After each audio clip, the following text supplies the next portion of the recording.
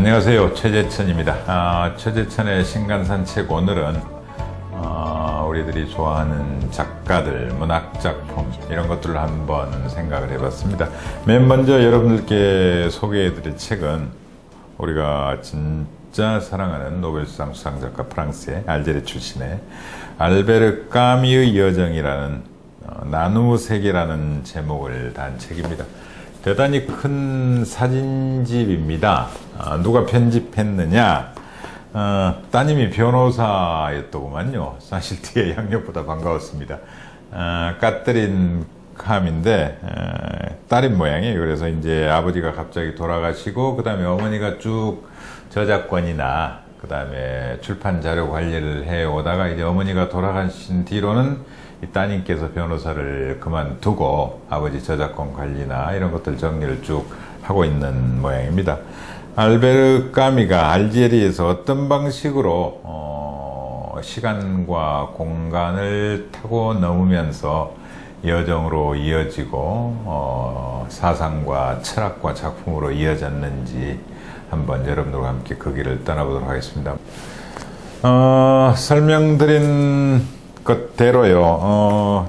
딸 45년생인데 카트린 까미입니다. 79년에 어머니 프랑신이 세상을 떠난 이래 모든 지적재산을 관리해오고 있고요. 그 다음에 까미 마지막 유고, 위완성 소설인 최초 인간, 이 원고를 정리해서 냈고 2009년에 이미 대형 사진집이 하나 나왔어요. 알베르 까미 홀로 그리고 함께라는. 여기는 이제 다른 나라에 번역된 까미 관련 서적들, 우리 김하영 교수님께서 번역한 까미 작품도 사진으로 들어있는데요. 여기는 공간적 이동입니다. 공간적 이동. 이를테면 이건 목차를 보면서 설명드리는 게 편할 것 같은데요. 큰 제목은 지중해, 유럽 세계입니다. 근데 이게 좀 더 어떻게 표현하는 게 좋을지 모르겠습니다만 이 세계관의 확대, 작가로서 그 다음에 마지막인 평화, 내면적 평화까지도 이어지는 그런 철학과 인식과 세계관 확대를 보여주는 좋은 사례이기도 하고요. 그 다음에 이제 성장에서부터 쭉 세상으로 나아가는 거죠. 그러니까 알제리에서 스페인으로, 다시 이태리로, 그리스로, 그 다음에 유럽으로, 그리고 유럽은 전시후 유럽, 해방된 유럽, 그 다음에 유럽의 비전에 대해서 어떤 생각을 가졌는지, 그 다음에 세계에 대해서도 러시아, 그 다음에 미국에 갔을 때의 생활, 그 다음에 세계, 유엔이나 국제기구나 국제연대나 여기에 대한 비전들을 쭉 이야기하고 있습니다. 근데 재밌는 게요. 일단 가장 중요한 건 역시 까미 작품 중에 있는 그 지역에 대한 이해, 설명, 그 다음에 배경들이 되겠죠. 그리고 그때 어떻게 살았는지, 까미가 누구와 편지를 주고받았고 누구와 거기서 작품 활동을 했고 그 다음에 어떤 대중활동, 사회활동 강연들을 했는지 쭉 이야기들이 나옵니다. 지금까지 몰랐던 까미의 가족들에 대한 이야기가 나옵니다. 재미있었는데요.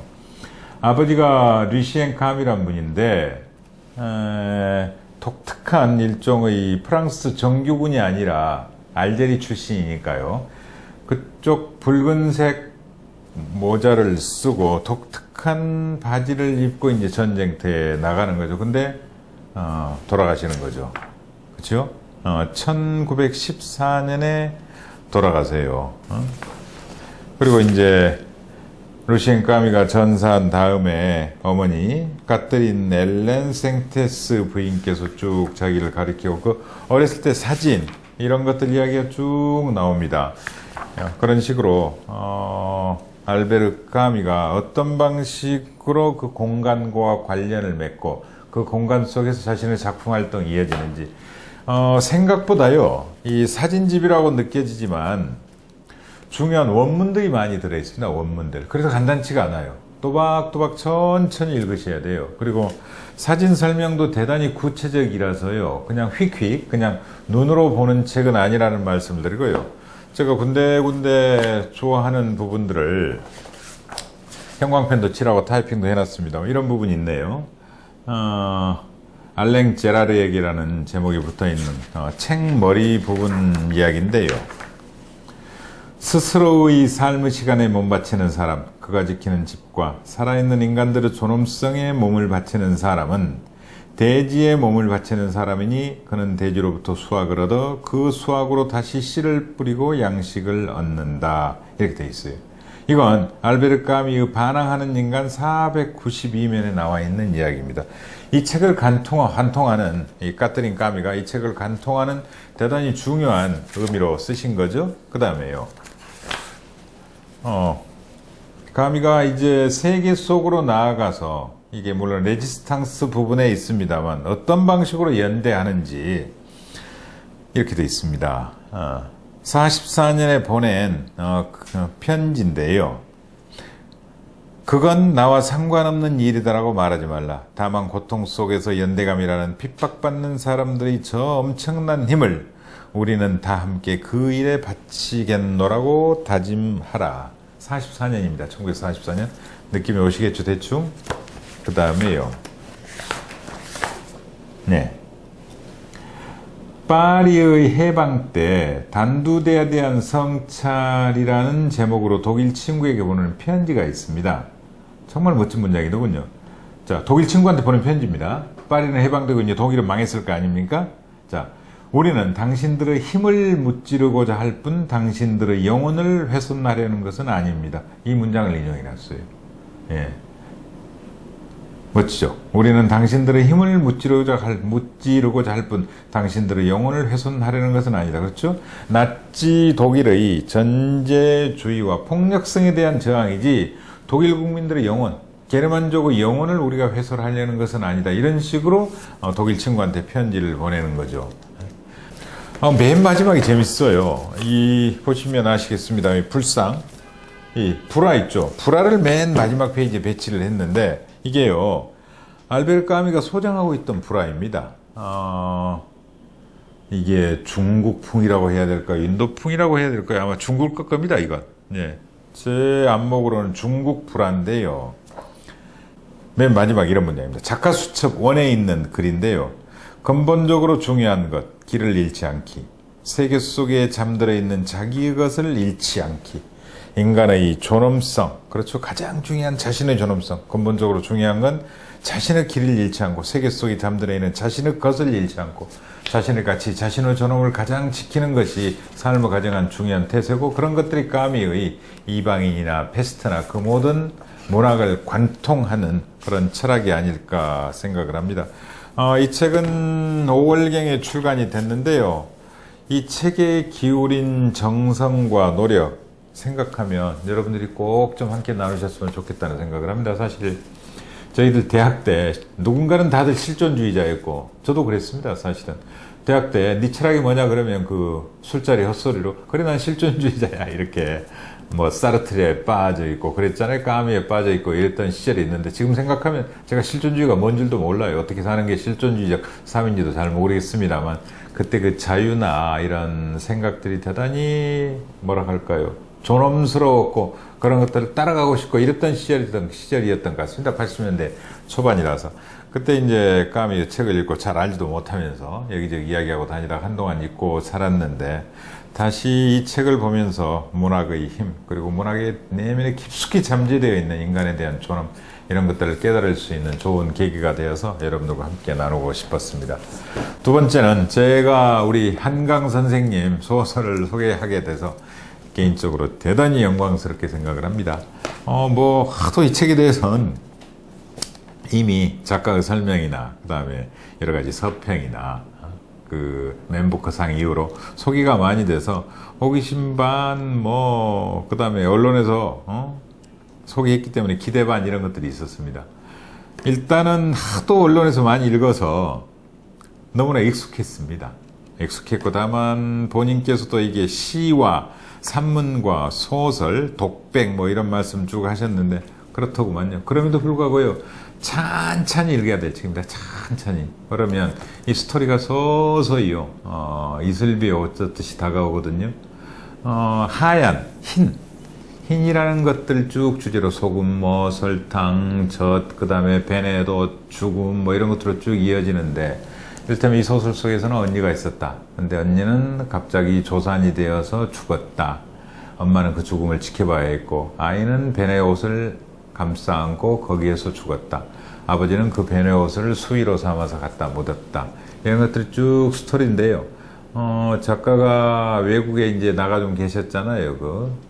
그런 식의 그 외국에서 한국을 바라보면서 한국에서 겪었던 여러 가지 그런 자기 어린 시절 잠재적인 경험들, 이런 것들을 대단히 고도의 높은 수준의 문학으로 형상화시킨 게 아니었나 이런 생각이 들었습니다. 전 솔직히 좋았습니다.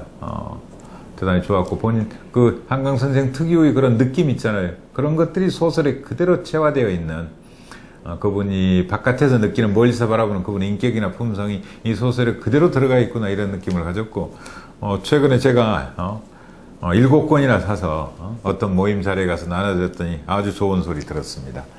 그 다음에요, 세 번째입니다. 직업으로서의 소설가입니다. 전 솔직히 고백하자면요, 노래의 숲도 안 읽었습니다. 1Q84도 안 읽었고요. 그냥 이분 책 그 수필집, 소프트한 글 몇 개 읽었고요. 여기에 작가가 사람은 개과하고 고양이과가 있는데 자기는 고양이과다. 일단 반대로 가고 삐뚤어 간다. 이렇게 써놨던데 사실 저도 그렇거든요. 전 한국 영화 1000만 넘은 건 절대 보지 않습니다. 그 다음에 베스트셀러 어지간하면 안 사보는 게 제 원칙입니다. 솔직히 말씀드리면 너무 많이 보는 책은요 도리어 안 삽니다. 근데 물론 어쩔 수 없이 사는 경우도 있습니다만, 그래서 무라카미 하루키에 대한 책은 제가 거의 아예 안 읽는 사람인데 도대체 이분이 어떤 사람인지를 알고 싶어서 읽었습니다. 거의 소설가로서의 자서전 경험을 함께 나누고 싶어서 쓴 책이던데요. 야쿠르트 서울로 야구팀을 응원하던데 어느 날 80 몇 년에 야구장에 갔다가 지금 저 대구나 광주 구장처럼 바깥이 잔디밭으로 돼 있는 모양이, 거기 누워서 하느라고 야구장 보다가 용병 출신, 용병이란 말 미안합니다, 미국 출신 타자가 빵 쳐가지고 2루타를 치니까 그 순간 하늘에서 마치 축비가 내리듯이, 축하하는 비가 내리듯이 나는 드디어 소설을 쓸 수 있겠다 그래서 재즈바를 했는데 그날 밤부터 소설을 쓰기 시작했다는 겁니다. 그리고 또 하나 재밌었던 건 이분이 어릴 때 고비양에 살았는데 부모님이 국어 선생님이셨는데 두 분 다 책을 그렇게 읽도록 놔두셨나 봐요. 공부에 대해서는 강요하지 않으시고. 근데 고비양이 외국인 선원들이 많이 와서 배에서 읽던 서점을 다 팔고, 그걸로 이제 팔고 술값 만들 거 아닙니까? 그 책을 이제 보따리로 사고 팔고 그랬나 봐요. 거기서 영어 책을 왕창 사서 읽은 겁니다, 어릴 때. 그래서 어느 순간 이제 영어 훌륭한 번역가시잖아요. 그래서 영어 책을 많이 읽고 그런 세례를 많이 읽고 이런 것들이 어느새 99도까지 찬 거죠. 그래서 100도가 돼가지고 넘치면서 이제 저절로 글을 쓰게 되는 그런 상황으로 오게 되었다는 것을 재미있게 읽었고요. 이미 언론이 있었습니다만, 자, 먼저 소설을 쓰고, 그 다음에 그걸 자기가 아는 짧은 영어로 그 당시 번역을 하죠. 그 영어 번역을 다시 일본어로 번역을 해요. 그러면서 자기 문투를 만들어 나갔다. 아주 재밌는 사례였습니다. 그래서 최근에 제가 이 이야기 친구들에게 많이 하고 다닙니다. 무라카미 하루키에 대해서 전혀 몰랐는데, 이 책 보고 나서 그래, 저 단순하거든요. 이분 존경이 되겠다. 그러고 다닙니다. 이제. 세 번째는 이제 문학 작품 아닙니다. 중국의 체온. 제목 참 잘 달았죠. 제목 잘 달았어요.